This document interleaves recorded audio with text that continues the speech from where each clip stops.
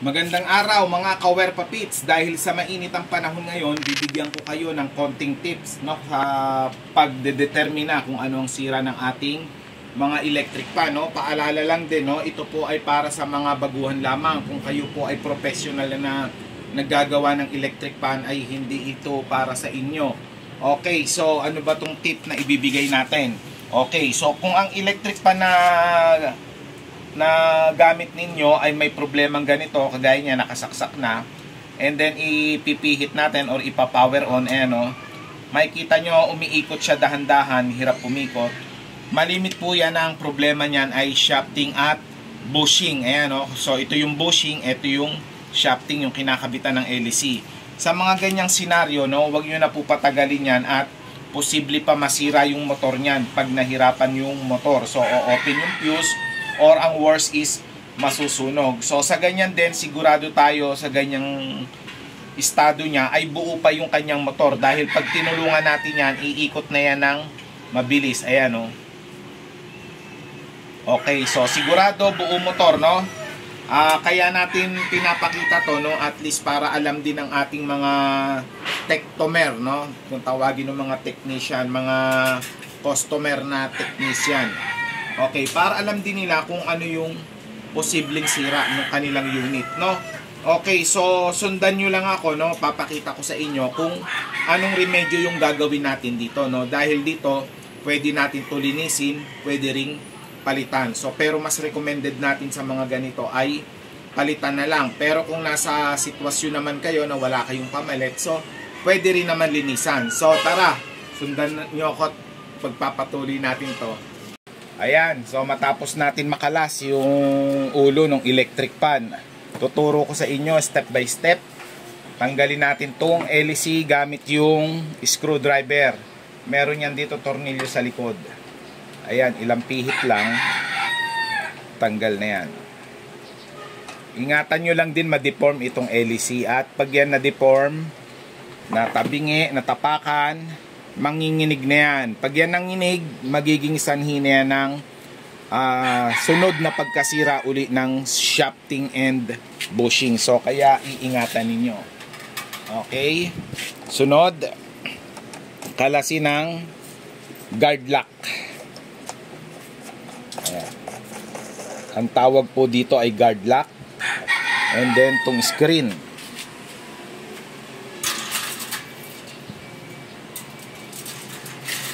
so paalala lang po uli, ito ay para lamang sa mga baguhan.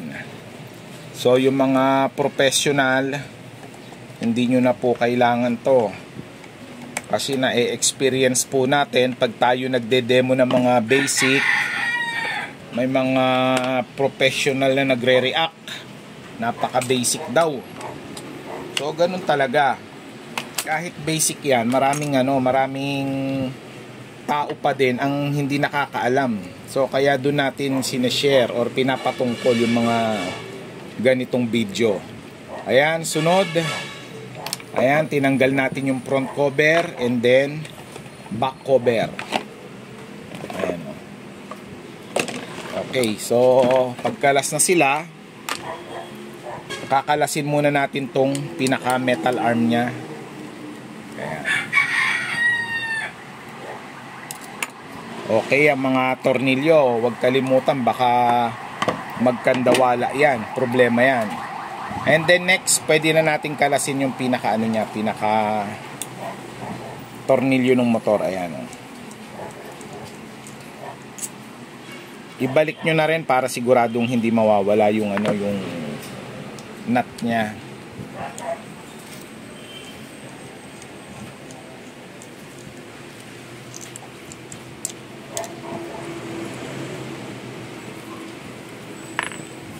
Kailangan detalyado yan, kasi hindi po lahat ng tagapakinig natin o tagapanood ay ay matulin makagets. Yung iba po talaga kailangan ng detalyado. Ngayon, kung matulin po kayo makagets, magpasalamat ho tayo at may ganun tayong kakayahan yung ating isip.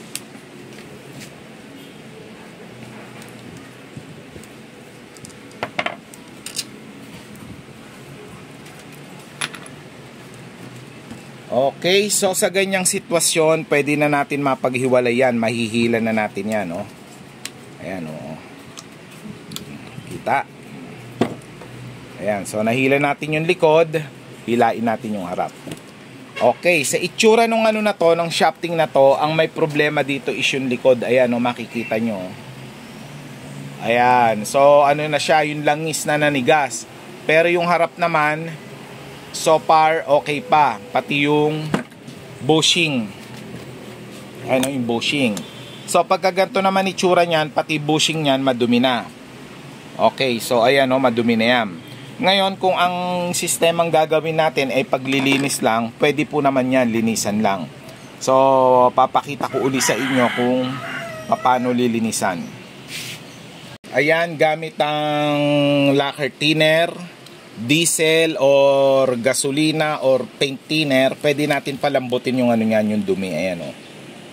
Ayan. So pag napalambot na natin yan, pwede nating anuhin ng basahan.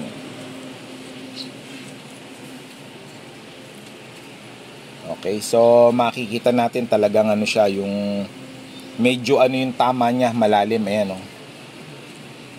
Ayan. Kasi natanggal na natin yung ano, yung pinaka grasan tumigas. Okay, so sa sitwasyon na ganito na malalim, talagang palitin na yan. Pero nga kagaya ng sabi ko, kung kayo nasa lugar na walang mabilhan or obligado lang talagang iremedyo, so pwede nyo naman lihain to ng ano, number 1,000 na liha, yung pinong-pino. And then yung kabila, yung bushing din, pwede nyo rin linisin yan. At hindi pala pwede, no? Ibig sabihin, obligado. So, ganun din, lagyan nyo lang ng konting thinner, pwede. Or, pwede rin naman yung cotton buds lang, no? Lagyan nyo ng thinner. Ayan, no? And then, ayun. So, makikita nyo, nililinis natin. So, kasi pag may thinner yan, paint thinner, lacquer thinner, lumalambot yung ano niyan, yung pinakagrasa niyan. Ayan o, makikita nyo, yung dumi. So ulit lang uli hanggang sa maubos yung ano, yung ayan o.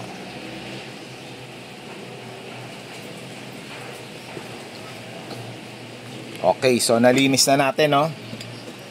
Pwede natin tuyuin ng another cotton buds.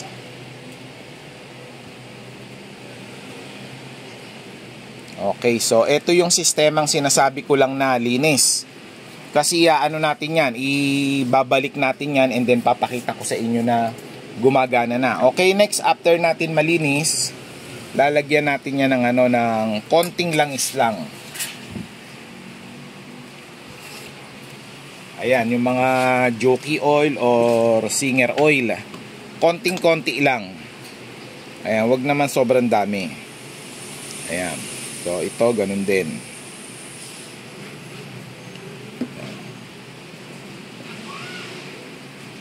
Okay. So, konting langis lang din sa bushing, no? Ito, ano lang to for the purpose of demo lang kasi papalitan din natin yung shafting bushing niyan eh. Pero for the purpose nga lang ng ano natin, ng discussion natin and demo. Ayan, okay. Nalagyan na natin. Konting langis at linis. Ayan. Ayan o, makikita nyo, swabe ng paikutin. And then yung harap.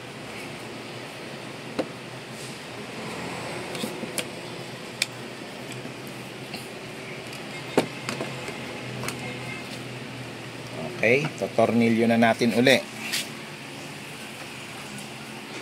Para mabilis, gagamit tayo nito.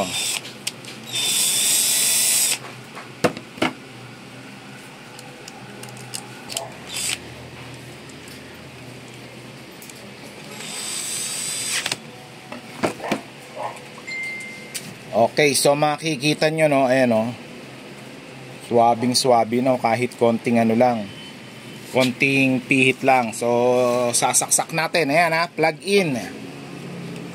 Okay, pa-plug in natin yan. Kailangan hindi na hirap umikot yan. Ayan, para makita lang natin na umiikot. Okay, ayan, oh. Napakaswabe na, oh. I-off natin. Ayan, tuloy-tuloy pa din, oh, kahit naka-off. Ibig sabihin, swabe na siya. Okay, so sundan nyo lang uli ako, mga ka-Werpapits. So, dyan nagtatapos yung ating first option na lilinisin. So, isusunod natin yung second option natin na papalitan na yung shafting and bushing. So, yun naman mga ka-Werpapits yung ituturo ko sa inyo step by step. Salamat. Okay, matapos natin yan na testing yan at swabing-swabi na, no? So, it's time sa ating pangalawang option, yung papalitan yung shafting at bushing.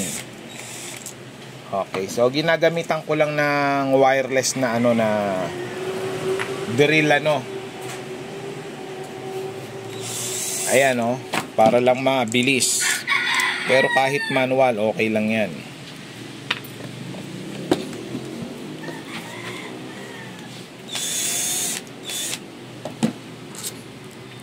Kailangan kasi detalyado tayo, no?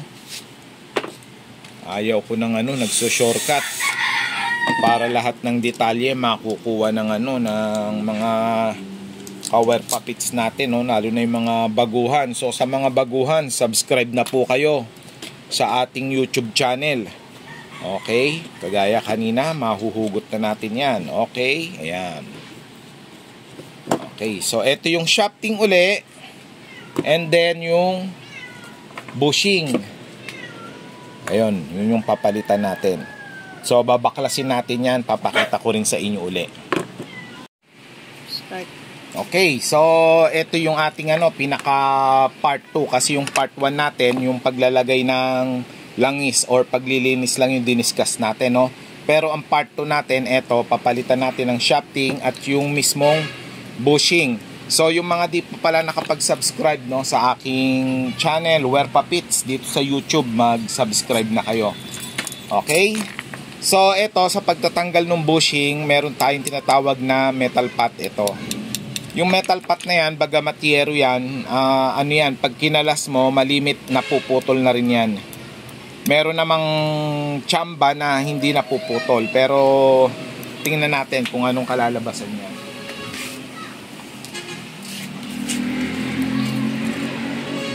So sa pag-aano nito mga ka-Werpapits, ingat lang kayo, no, baka dumulas yung kutsilyo, ma-aksidente pa kayo. Ayan, no. Yung safety lagi yung ano natin dito, yung lagi nating iisipin. Safety first.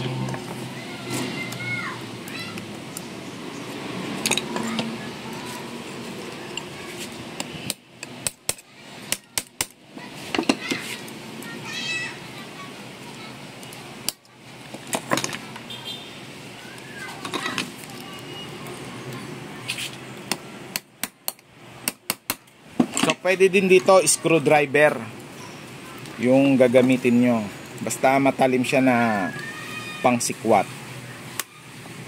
Okay, so yan na, tanggal na natin, oh.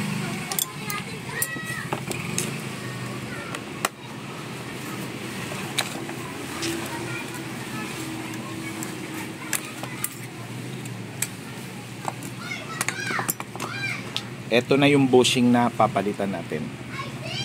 So same lang din dun sa kabila, no? Pero pag tatanggal nito, kailangan natin tanggalin tong motor kahit hindi natanggalin sa hinang. So kakalasin lang din natin yan, papakita ko din sa inyo. Okay? Okay, eto na, no, natanggal natin yung tinatawag na metal pot. At yan nga, no, malutong yan, napuputol. Itatry lang muna natin kung mapapaubra na natin. So ikakabit na natin yung bushing and then isasalpak natin tong metal pot dito. So dahan-dahan lang natin iaangat yan. Umaasa lang tayo na mapapaubra pa natin, pero normally malutong na talaga yan. Okay?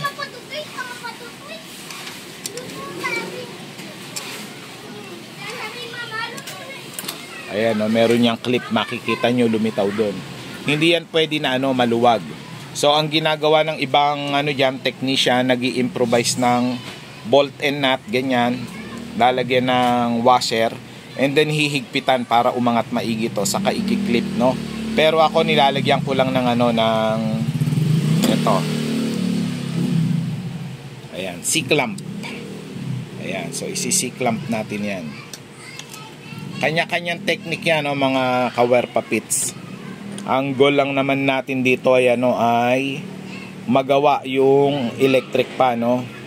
Kaya kung may mga technique kayo, so pwede nyo rin naman gawain nyo, no. Lalo na sa mga professional na natin na ano, mga kawerpa pits. Ayan. Okay, so makikita ninyo, lapat na. Ayan, oh, umangat na rin siya, oh. Ayan, oh, nakaangat na. So pwede na natin pukpukin ng ano yan, ng screwdriver. Para umano, para humigpit na siya uli. Okay.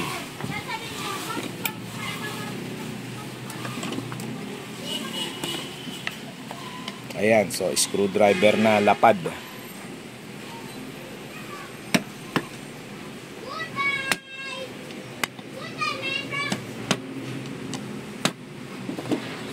Hindi pwedeng maluwag yan kasi once na lumuwag yan, sasama yung bushing at hindi magiging maganda yung ano niyan, yung ikot.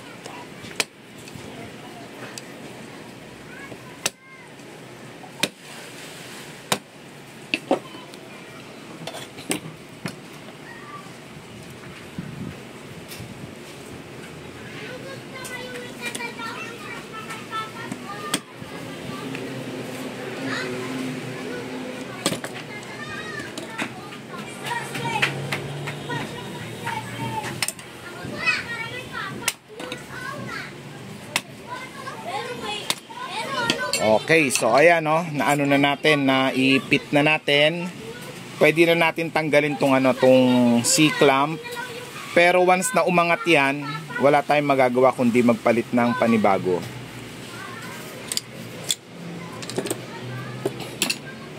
Ayan, so far hindi naman siya umangat, oh. Ayan. Okay, next is yung likod naman. Next nating gagawain ay papalitan natin yung metal pot na nasa likod. Sa pagpapalit niyan, kailangan nating kalasin tong mga nasa likod niya. Ito, putol na lang. Pwede rin naman nating sundutin yan para hindi tayo mag-aabono ng cable tie. Ayan. And then ito pa yung pinakamahalaga. Lagyan nyo na ng marka kung saan nakatapat yung ano, yung motor. Ayan, oh. Gaya, no. And then ito, ayan. Kasi yan, pwedeng kalasin yan, lalo na to, napipihit-pihit yan. Pag namali tayo ng pihit, hahaba yung oras ng ating ano, paggagawa. Hindi kagaya pag may palatandaan, isang diretso sila, maliles natin yung ano, yung time natin sa paggagawa. At sigurado tayo na doon naka-mounting yung mga sineset up natin.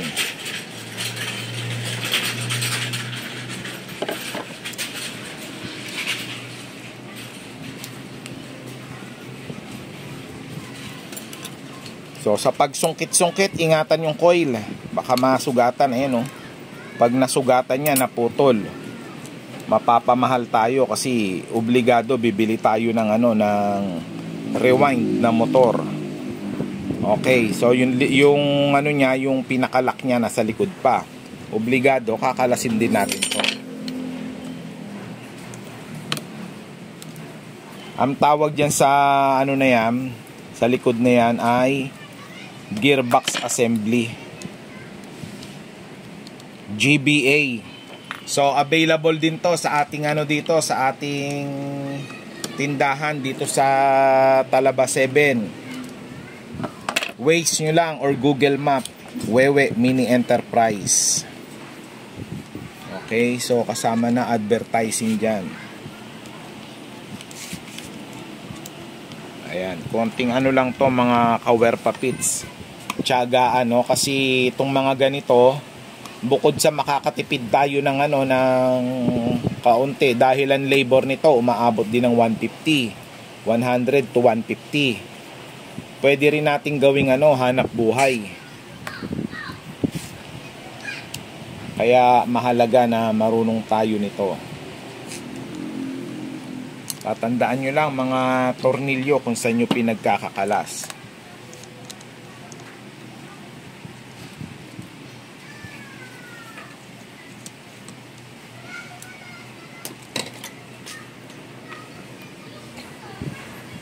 Ayan, so nakalas na natin. Uurong nyo lang, no? Iingatan nyo lang talaga matamaan ng ng metal yang tanso. Okay, since lumitaw na siya, ayan na. So pwede na natin uli sungkitin.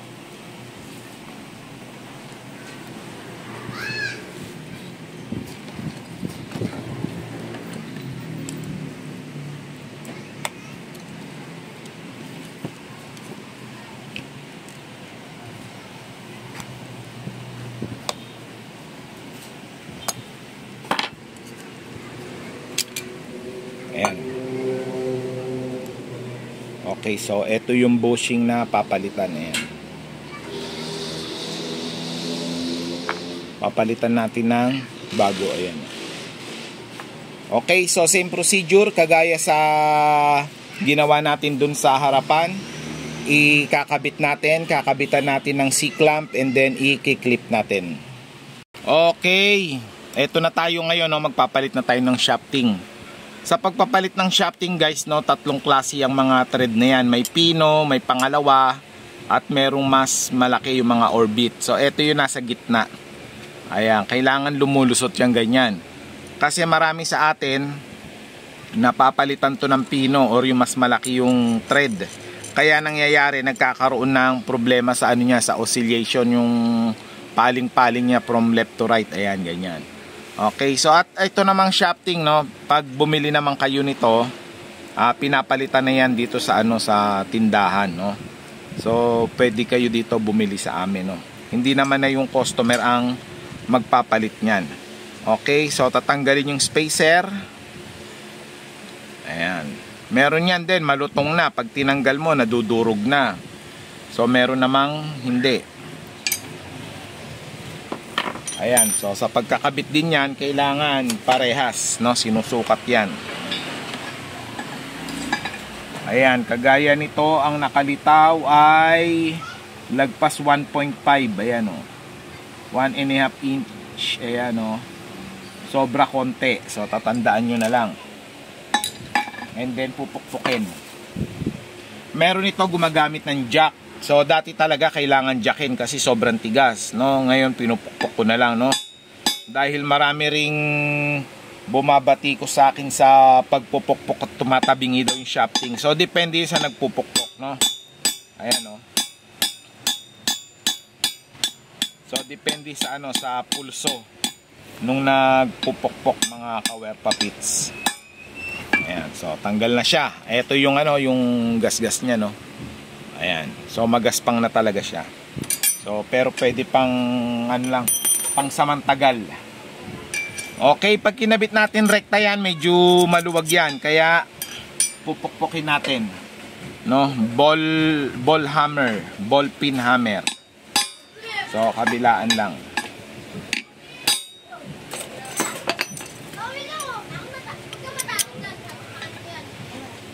Ayan, pupukpukin natin.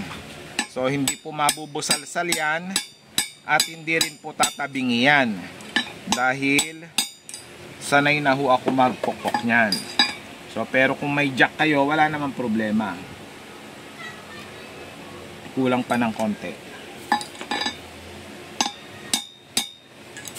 Ayan, meron kasi tayong mga tagapanood, pag naiba ang turo sa kanilang technique, galit na agad.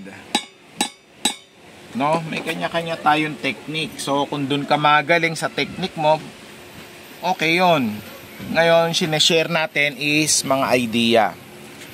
Ayan, so ibabalik na natin yung natin, yung pinaka spacer. So pero bago natin ibalik, lilinisan lang, sasalpak lang naman yan dito. Ayan. Yan, matapos nating ibalik. yung bushing and shafting, isasalpak na natin. Bago natin isalpak, lagyan nyo na ng langis. Ayan.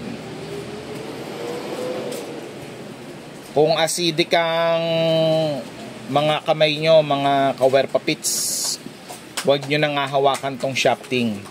At magkakaroon ng ano yan, ng chemical reaction dyan sa ano, sa langis. Kaya mangyayari, madaling panahon lang magkakalawang na uli yan, titigas na yan. Okay, so sa pagsasalpak nitong ano, nitong stator and rotor, kailangan etong portion na to, ayan, kailangan niya nakatapat lang din dito sa dulo niyan. So yun yung pag-a-align niyan. Kaya meron tayong mga spacer and washer. Ayan, no, kung makikita ninyo, ayan, maninipis lang yan dahil nga ina-align yan. Kasi kung hindi nyo maa-align yan, yung motor nyo, makikita nyo nag-a-atras abanti yung ano nyan, yung shafting and bushing nyan, mas madali mapudpud. Ayan. So nakalubog pa siya, no? Makikita nyo nakalubog pa ng mga 1 mm. Add tayo ng ano, add tayo ng panibagong washer.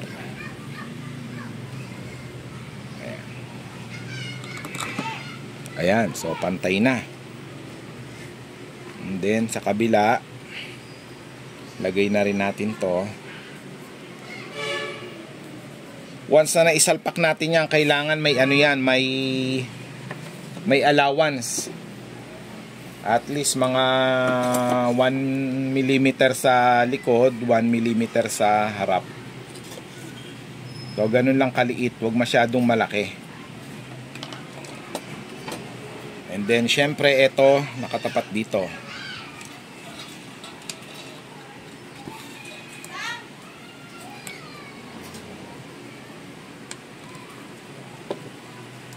Ayan, so unang salpak. Tingnan natin kung may allowance. Ayan, sobrang higpit. Ayan, oh, sobrang higpit siya, oh. So obligado magbabawas tayo. Ngayon ang tanong, ba't kanina okay naman, ngayon hindi na?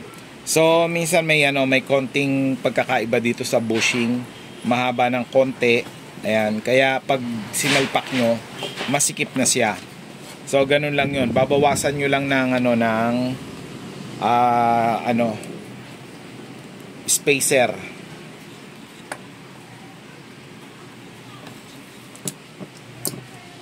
Matapos nating ibalik shafting and bushing and then i-assembly. Ayan. So na-assembly na siya. And then pakita ko lang yung excursion nung ano, nung shafting. Ayan. Ayan, oh. So more or less mga 2 mm. Mas maliit pa dyan. So kung mga 1 mm, so mas okay. And then kung makikita nyo, hindi pa siya ganun kaswabe. So para magswabe yan, pupukpukin natin ng konti dito. So alignment yan, pang-align. Ayan.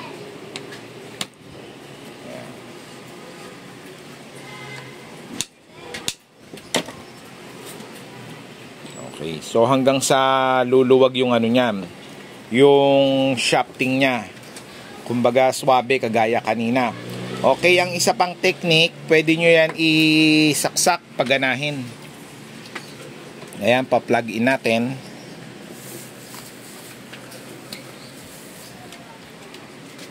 And then paganahin. So sa paggagawa, no, dapat sa number 1 pa lang gagana na yung ano, yung unit natin. Kasi pag hindi gumagana yan sa number 1, ibig sabihin yan, hindi swabe yung pagkaka-align natin. So magpupudpud ng ano yan, ng shafting. Ayan, so umaandar na yan.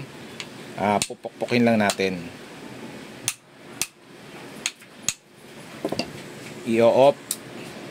Ayan, so mabilis pa siya tumigil. Dapat medyo ano, medyo matagal siya tumigil. Teka, hahanap lang tayo ng ano para makita dun sa ano, sa demo. Ayan, didikit lang natin.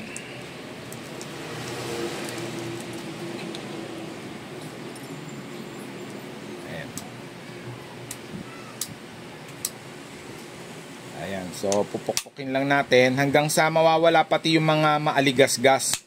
may maririnig kayo dyan mga aligasgas. Mamimili lang kayo sa ang anggulo. Ayan, kagaya dito, pinukpok ko. Umaligasgas siya konti, and then pinukpok ko uli na wala naman. Ayan, so off uli natin. Ayan, so medyo na preno pa siya. So konting konting pukpok. So ganyan lang pag-aalay niya, no, pati sa mga motor ng ng washing machine. Ayan, so okay na siya, oh. Mahalaga walang walang yung lumalangit-ngit.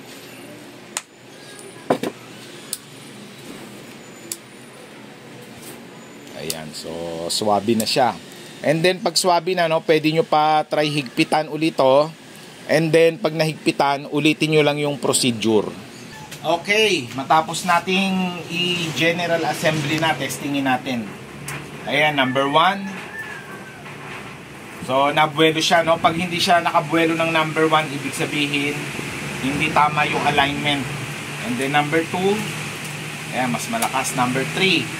So, ayan, okay na siya. Okay, so, salamat sa mga tagapanood natin, no? Sana may natutunan kayo. At kung may natutunan kayo, paki-like and share naman ang ating mga video. At huwag kalimutang mag-subscribe sa ating mga newbie. Salamat!